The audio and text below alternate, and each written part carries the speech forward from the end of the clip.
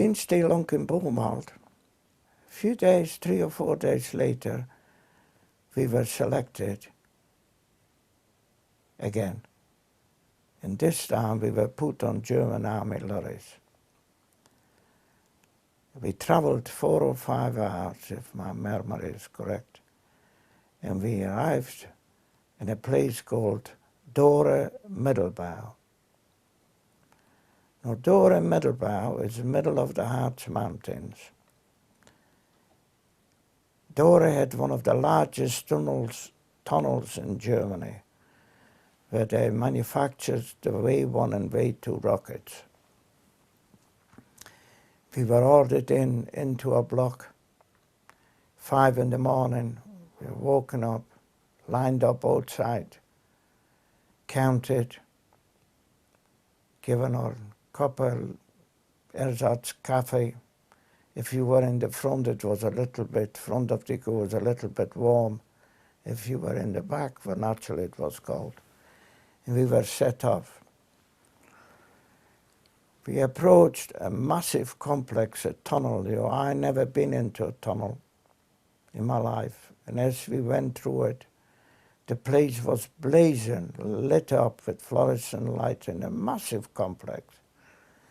And we must have marched a good kilometer or more.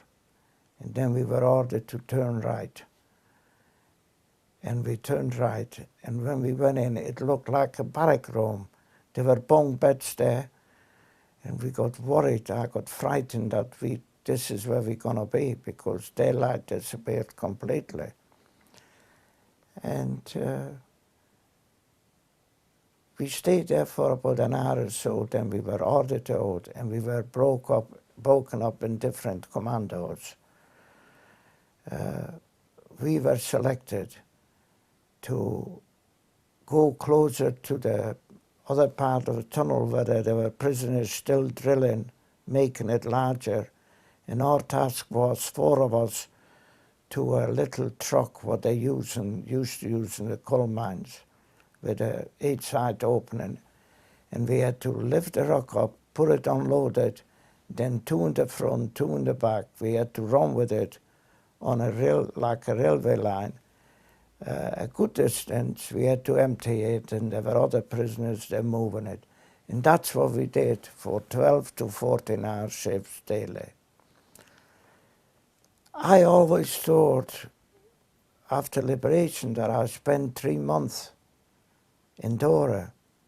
But later on, I'm gonna tell you what we discovered not so long ago, only last year, that I actually spent 5 months there.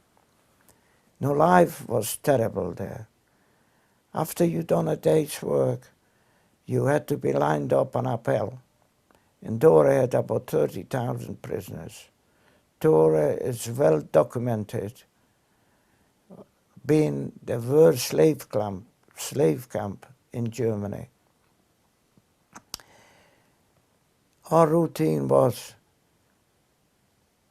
after work, to be lined up again on appel and to be counted.